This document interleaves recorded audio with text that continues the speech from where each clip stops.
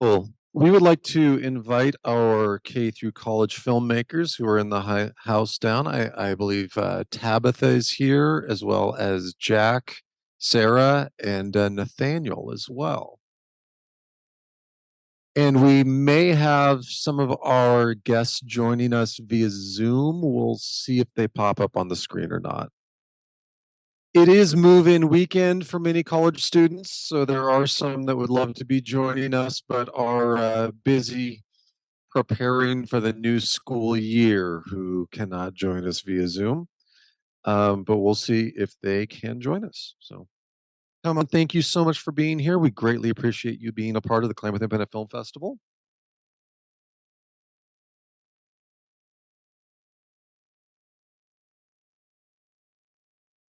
So first of all, to my right is Sarah, the director and producer of Mugshots in the Digital Age. Thank you so much for being here.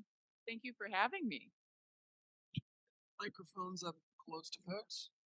And then Tabitha, please introduce yourself. Hi, I'm Tabitha, and I wrote and directed The Lost Years of Shakespeare. And Nathaniel is no stranger to our film festival. You've had films in previously, and you also worked on the last one that we saw. So, Nathaniel? Yep. Hi, my name's Nathaniel, and yeah, I did the visual effects and some of the camera work for Shakespeare as well.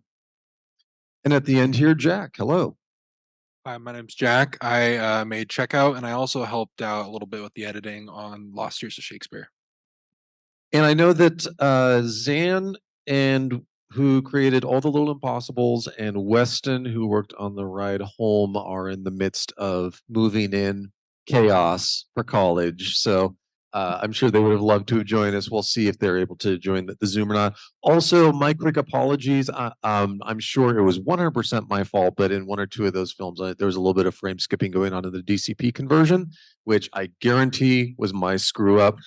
I apologize. That's technical jargon for the non-filmmakers in the room, but they know exactly what I mean. I screwed something up, so I'm sorry about that. So we saw Lucky Encounter by Key and Doty, who was actually our K through college winner last year. A Device to Save the World, which was a father-son tandem stop motion animation film. All the Little Impossibles, which Zan, who lives in Hood River, is now going to college out on the East Coast, and she made that film about it was a commentary on years of severe anxiety that she has dealt with. Mugshots in the Digital Age, a documentary about how once someone is arrested, whether they're convicted or not, that record exists online forever. Check out Jack's film about a sentient sea stand, which we've seen all kinds of horror films of sentient objects coming to life and wanting to kill, but I believe you hold an exclusive subgenre for being the only one who's done something with a C stand before. So, okay, kudos, sir. In fact, we'll have one later today that is a sentient baby carriage. So, be sure to stick around for that one. We saw The Ride Home. Weston, who is from Florence, filmed that in Canada, and he is moving in for school in Eugene this weekend. And finally, The Lost Years of Shakespeare, which folks here worked on in the SOU Digital Cinema program. So let's touch base on that one first. And as a reminder to our audience, we have a microphone there and there. If you have a question for our Q&A members, please feel free to walk up and we'll be sure to give you an opportunity. So The Lost Years of Shakespeare. Now, actually, we should preface this first with the SOU program, because Southern Oregon University, for those who don't know, has a fantastic cinema program. And every single year we get films from students in the SOU program, as well as graduates in the case of Nathaniel here. So this project, The Lost Years of Shakespeare, Tabitha, this was this your senior thesis or just the latest project you wanted to work on? Yeah, so this was my senior capstone project, and it was also the first film that I've ever made. So it was a big feat. And this is also, we should preface, it is the start of a planned episodic series, right? That's why it kind of ends on a little bit of a cliffhanger. Yeah, so when you get into the capstone realm, there's a lot of different restrictions. There's restrictions on how long it can be. There's restrictions on, making sure that all the other capstones have crew and equipment for their needs and scheduling around each other and those kinds of things. And so Sorry, what was the question? I got nervous. So, uh, so it was your cat. Maybe you should Yeah. explain capstone versus like senior thesis Yeah. as far as a film student. So I don't know a lot about senior theses, but our capstone projects, it's kind of we get to use all the things that we've learned over our time at the school to make kind of our biggest and brightest idea at the time. But all of us up here kind of have the unique, well, it's not very unique experience, but in the case of SAU capstones, it's the unique experience of COVID shutting down what is supposed to be a very hands-on trade school like program. And so we kind of all came in our freshman year, did very basic courses, and then went online and saw pictures of cameras and talked about what a shutter speed is, but didn't use the cameras and had a lot of time to write and dream about one day we'll all break free and get to actually touch equipment again. And so when it came to time for capstone, we had all kind of been released from our cells and we're excited to make the biggest thing possible. Terrific. So, why Shakespeare? I'm sure there's an obvious reason. SOU being conveniently located right adjacent to the Oregon Shakespeare Festival, which affords some wonderful sets and costumes and everything else. So they always say, write what you know and use what you have access to, right? Was that largely the reason? Like, why not do something with Shakespeare? Yeah, so for me, I don't actually know a lot about Shakespeare at the time when I wrote it, and I kind of came at it originally as from a producing point of view and thought to myself, who in Ashland is going to give me money and how can I manipulate them into giving me money and that kind of thing. And so that's kind of where the Shakespeare Festival idea started. I also knew they had a lot of costumes and thought, if we partnered together, we could have some cool visuals up on the screen. And then I ended up really getting into Shakespeare as I was writing and doing research. And now I've kind of become obsessed with it. And I just remembered your original question about the episodic series. My point was that because of all those restrictions, it became a lot shorter and a little bit different than my original vision. And originally, it then turned into maybe what would be a pilot episode and ultimately became more of a proof of concept for something that I'm currently writing, which now this is about 2 years old as far as when I wrote it. So it's a little hard for me to watch given what I've now brainstormed with my friends and everything that I think we all are a little bit more excited about, but it was really fun. So, Nathaniel, you worked on Tabitha's film doing some of the effects, and there's a very cool opening shot in that film of a drone shot running on the beach with a castle in the background. So, how did you create that? So first it was a matter of Tabitha showing me where the castle she needed to be, and then within the footage. So then it was a matter of going online and finding some royalty-free images of castles, finding out which one would work best with the shot we had, and then tracking it onto the hill, and then trying to make a transition so that it looked smooth within the shot. And you've had several films in our festival in past years as well. We should note your film, A Key to Memory, showed in, I believe, 2021. And I think last year you also had a film in where you were a mad scientist that overfed a dog and it became enormous. Yep, So indeed. thank you for coming back and continuing to be a part of the Klamath Independent Film Festival. We appreciate For that. sure, always glad. And then Jack, I'm a sucker for classic horror, especially the campier, the better. And there's definitely a bit of a loving homage in your film to so many films that we could name from 70s and 80s that are just kind of silly B-movie stuff, but also just genuinely fun. And when I see Checkout, first of all, I recognize the actor in it, Thomas Eisenhart, because when he was still in high school, he was in our film festival in our student category. I always feel like when I watch horror films, like I'm supposed to be scared by it, but I just envision the actors trying so hard not to have like this giant smile on their face and ruining the take. Is like, this is awesome. I'm getting stabbed by a C-stand. Like, that's going to, how difficult was that to come up with, and talk about the original concept of why utilizing the SOU checkout system as the evil thing that would come alive to kill. Question. So the short originally came out of a short little competition from the SAU's film club. Um, and I just wanted to create a short little skit kind of using the surrounding area. And we used the DMC as the film club building. And there was kind of an inside running joke that I would work check out myself. So that's kind of where the inspiration came from. And there was a running inside joke that I would steal C stands and smelt down the metal and take them for myself for some reason. So I decided to make a short about the C stands kind of coming up to life to take revenge.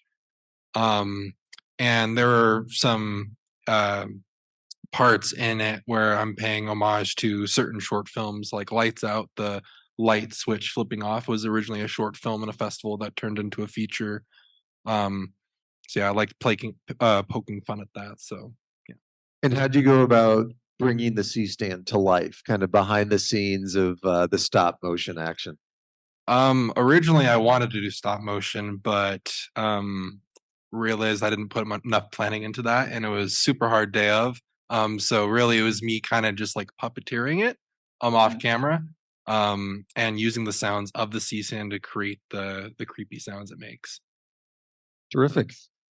And then, Sarah, your film, Mugshots in the Digital Age, fascinating documentary that hits close home to me because I was a newspaper reporter for many years. And anytime I had to do the police beat, I always felt bad. Like, this person, we're reporting and putting in public record that this person just got arrested for something, but maybe they're going to be found not guilty. And numerous times over, I got emails or angry phone calls from someone that's like, I just Googled myself 8 years ago. This happened. I served my time.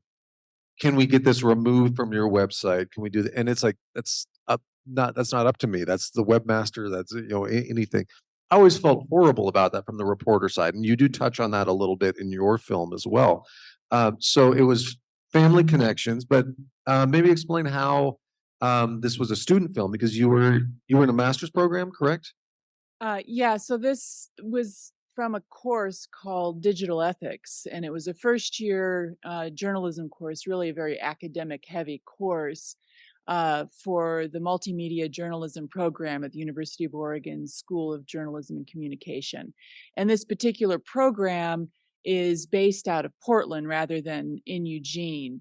And so we were also faced with challenges of the pandemic and people not having enough access to equipment and crew and everything else. So this was a first year project, and I was sort of a one person operation to get these interviews and to make a lot of this happen. And at a time when I really didn't have good technical skills behind all of this. But I chose to do it as a multimedia piece as opposed to just doing a written thesis, which was what most everybody else in the class was doing. But I really wanted to try my hand on starting to work with the tools. And what you touch on it in your film, that there's a family connection to this. That was the motivation, but ultimately, of the potential projects you could have done, why did you choose to tackle this topic? Well, as you are mentioning, the issue around mugshots in the digital world, digital time is very, very complicated. And we were at an interesting crossroads with all of this, both in the legislature for Oregon and also with what had just happened with the Portland protests and particularly the Andy Ngo, who was taking all of the mugshots the next day after there had been an arrest and posting all these people and calling them Antifa. And just it got to be really, really out of hand. And something had to be done and done quickly. And the Oregon legislature just happened to be in motion right at that time. And I started to tune into those sessions, and I realized that this was all very timely. And I particularly was struck by the interview with Teresa Bottomley, who's the editor of content at the Oregonian, because she was in a very sort of dilemmic position with all of this. She's a big defender of public access to records and wanted to defend the right for those to remain public. But the way they were being used at the time was more detrimental. The damage outweighed the good at that point in our history. So the laws have changed, and these are no longer being posted. And Teresa made a point to remove Darcel's picture from the Oregonian. Wonderful. And we should note also later today, you have another film in our festival that you also worked on that is about Darcel. Yes. So thank you so much for double dipping with our festival this year. We greatly appreciate it. And as a reminder, we have questions, and it looks like, do we have a question over here? Question for Sarah, please. Loved your film, important information. Wonder what your thoughts, excuse me, might be on the very public release of the mugshots of our former president and Rudy Giuliani and Sidney Powell and Mark Meadows, and love to hear what you have to say. I guess just the idea of celebrities or public figures in general having mugshots. Yeah. Celebrity mugshots are kind of a different issue here. In the case of Donald Trump, I mean, he had to have his mugshot taken because that was the rule in Georgia. But in terms of, do we need a mugshot of Donald Trump? Not really. We all know what he looks like. So it's not like he's going to run away and someone's not going to know. So, the original intention of mugshots was just to be able to put a face with the crime and the criminal. And I think that what's happening in this, the intention of changing the law right now isn't really applicable to celebrities and people in the public eye. This is more to protect the privacy of citizens who are now being whose lives are being impacted because of the mugshot out there for an extended period of time. It is interesting. So it's a state by state level right now, and maybe this is something that Congress needs to address on a federal level. So it's across the board. Because to your question, in Georgia, the laws in Georgia might be different than in Oregon, than in New York. So some of these people that are involved in some of these ongoing cases, their mugshots may or may not become public. But your film also touches on the fact that there's a certain clickbait aspect to modern society and social media, where mugshots at times become kind of a sick public shaming and source of entertainment, which it's easy to forget these are real lives and real people too. Yeah, certainly the sort of ethical issue behind the whole project had to do with the press and their behavior around the use of mugshots. And there is a movement, the Oregonians on the front end of it, along with Cleveland Plain Dealer, to be much more sensitive about putting these mugshots out there. And most of these more progressive news outlets aren't doing it and never were. But across the country, there's a lot of other organizations that use it as a way to make money, because people do click on those mugshot galleries. So let's take a look back again at the Lost Years of Shakespeare. Jack, did you work on that film as well too, in a little bit of capacity? So Yeah. For all three of you, then let's get a sense of the production process for that film. A very slick, highly good-looking production quality. So congrats on that. But you said that was your first film. So what was that overall experience like of taking all of this classroom experience and let's actually create a thing?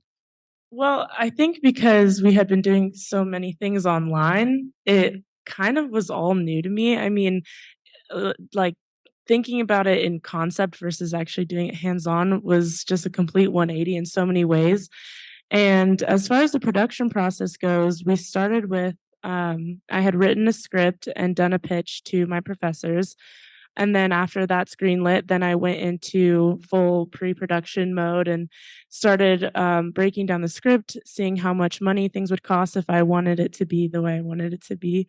And some of the locations would have cost us about $4,000 just to be inside of the Ashen Springs Hotel, or, another $500 to travel to the coast or up to Portland. And So I decided to make some money. So so I did that by launching a crowdfunding campaign on a platform called Indiegogo, which, as filmmakers, you probably have heard of many times.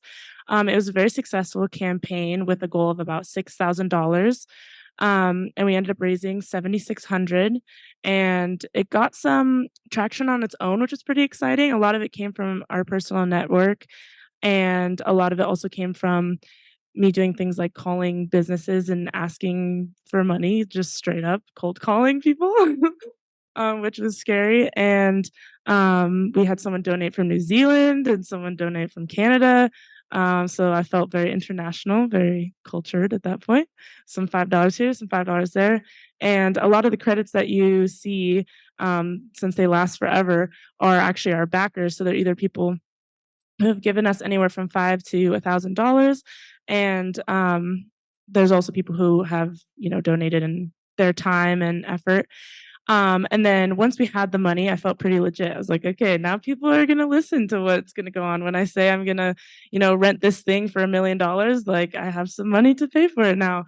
And then from there, there was opportunities such as working inside of the Ashen Springs that were pretty chaotic conversations, and I think I went into it with a, kind of like YOLO mindset where, they'd say, "Oh, well, the ballroom is $4,000," and I was like, "Okay, can I do it for 400?" And they're like, 600. I was like, "Okay, sounds good." So we got a huge discount there, and kind of talking to people at Oregon Shakespeare Festival, and just trying to like make friends in good places and make sure that what I'm doing also hopefully benefits them in the end. And when it came to production time, it was extremely stressful because we had a lot of different actors. Some were coming in from out of town.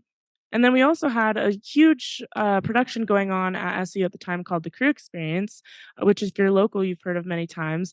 So there was a lot of scheduling issues, because both of these guys also worked on the Crew Experience. So I wanted, of course, to have both of them there. And so it was a very stressful time, and we filmed for about a month, and we had some really cool trips. We all went up to Portland and camped up there as our overnight stay, and had a barbecue and filmed at a really random monument that looked like a castle kind of, and came all the way back and went to the coast and did all sorts of crazy things. And then the editing process lasted a very long time, and Jack did a lot of editing and I did a lot of editing, and kind of put all our brains together and worked it out. So yeah. So, Jack and Nathaniel, do you want to add on at all to the on-set experience that it was like working on this film with Tabitha? I know in the SOU program, there's a lot of crossover. Students are working on other student projects, and you see a lot of the names show up in all of the same credits over and over again. That's like, hey, Nathaniel, I know that guy. So, No, yeah, it's definitely a fun experience being able to collaborate both on just one project, but all of the other ones that are happening all at the same time. I think there were three narrative short films and a mockumentary that were all happening within the same spring term. So there was tons of crossover and scheduling, and it was a really stressful term, but super fun because it allowed you to, even if it was obligatory, it became a really fun experience to, like, okay, now we get to do the camera work for the sword fight sequence in Portland, or okay, now I'm helping with sound on this documentary, or I get to edit and do this stuff. And being able to, even though you're crazy busy, still be in the creative headspace and be able to bounce ideas off of everybody is a super fun experience, especially when they're students, because then money isn't as big of an issue. You don't have to worry about paying everybody. It's all based on little tiny favors, and if you help me, I'll help you, kind of thing. yeah, I've worked on film sets where I got paid in fried chicken. So, I mean, it happens. It's a collaborative effort. I see I have a question over here. Hi, yeah, Kurt, maybe this is more for you. I don't know. That movie, the short that was filmed in Alberta? Yes. I'm real curious about that, how it works in with the Oregon theme. So our festival functions as we show either made in Oregon films or films by Oregon resident filmmakers. So Get it. occasionally we have a film that is actually shot outside of Oregon, but the person is a resident of Oregon. So it is still eligible. So Weston Snyder, the producer of that film, grew up in Canada and then moved to Florence, and he's now going to school in Eugene. So he is an Oregon resident, but his film he shot when he was back home for a couple days with some friends and a crew. Additionally, later on today, we will have another film that was actually shot in Italy, but the filmmaker lives in Portland. Very cool. So we will have one. Hopefully, people don't mind closed caption subtitles because we will have one film entirely in Italian later on this afternoon. Well, very cool. Maybe you can tell them there's at least one person in Klamath Falls that recognizes Drumheller. And Weston did want to join us. What Weston did want to be here, but like I said, this is move-in weekend, so especially for any of you who may still be in college, I'm not sure. Have all three of you graduated at this point? Or okay, so you don't have to worry about that anymore. But you have friends that are frantically unpacking cardboard boxes and getting settled in, so don't have to deal with that lifestyle anymore. But so some of our filmmakers wanted to be here, but just simply could not because of all of the chaos of that involved. I want to give everyone a chance to get some final comments in before we go on to our animation block next.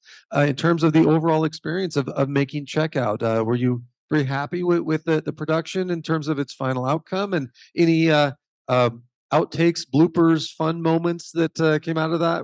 It was such a silly concept, there had to have been something. It was a super fun process making it. It was all very quick because it was for a short film contest in the film club at SOU. They were supposed to be a minute, but I pushed mine to 2 minutes. But I was kind of just using the tools that I had available, and I worked Checkout so I could use the C stands and all the tools there. And it was very small crew. It was me, Thomas, AJ, Tyler, and then Dakota, and that was pretty much it. And then everyone would leave and it would just be me, and it'd be me puppeteering late at like 3 a.m. trying to finish the film. So it was all done in one night. So yeah, it was a pretty fun experience. It was my first film at SOU where I kind of did everything from beginning to end outside of COVID. So yeah. Wonderful. Nathaniel, any final thoughts on your work on Tabitha's film? I did, like I said, super, definitely enjoyed it a lot and definitely stretched my visual effects capabilities because, there's like one scene, half of it screened, and that was just due to, the budget, like we were saying, things can cost too much and then you have to compensate for that and change it and stuff. Um, but it definitely allows you to explore skills and things that you haven't learned and then try to push that and go as far as you can, and then just maintain the constant mentality of adapting to a situation or being able to help out a friend who can't make it that day or whatever, because the only reason I was doing camera was because Caleb was gone for half, portions of it, so then I end up throwing in camera and that sort of thing. So just being able to have a creative mind and be able to adapt and help other people in that process. Wonderful. And Tabitha, maybe you can give us an update on how this project, since you want to make it into a proof of concept or an episodic series, where things stand and maybe how people might be able to support you. So I just launched my own production company called Wheelhouse Motion Pictures. My last name is Wheeler, but also I just wanted to be able to say, don't worry, that's in my wheelhouse.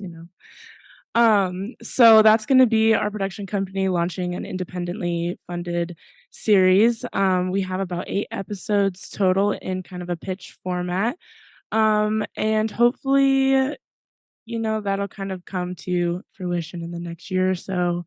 But yeah, it was too fun not to keep doing it.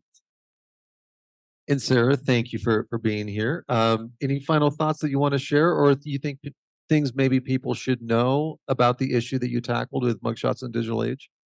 Well, as the film suggested, things are changing, and more news outlets are certainly willing to remove mugshots, particularly for people who maybe the charges were dropped or they were found innocent.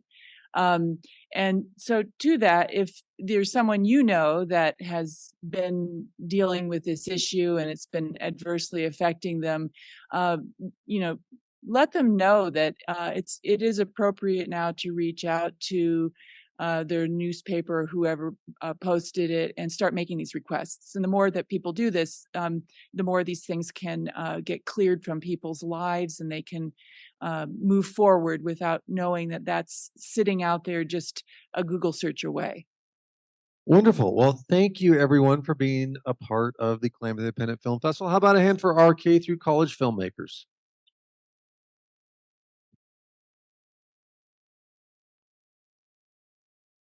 Up next is our animation block. We got some wonderful animation this year. We were surprised how much animation we got this year. We were thinking about, because it's such a tedious process to create animation, right? And especially CG and stop motion. We always get a couple of them. This year we were blessed to get so much CG, and we were wondering, how exactly did we get so much? And we thought, oh, right. With how long it takes animation, all these filmmakers suddenly had 2 years to sit around the house because of the pandemic and finally tackle that pet project that they've been thinking about. And so we have some wonderful animation to show you that is, if there is such a good thing as the COVID-19 pandemic, maybe we're watching it. Okay. Thank you everyone for joining us for the Klamath Independent Film Festival.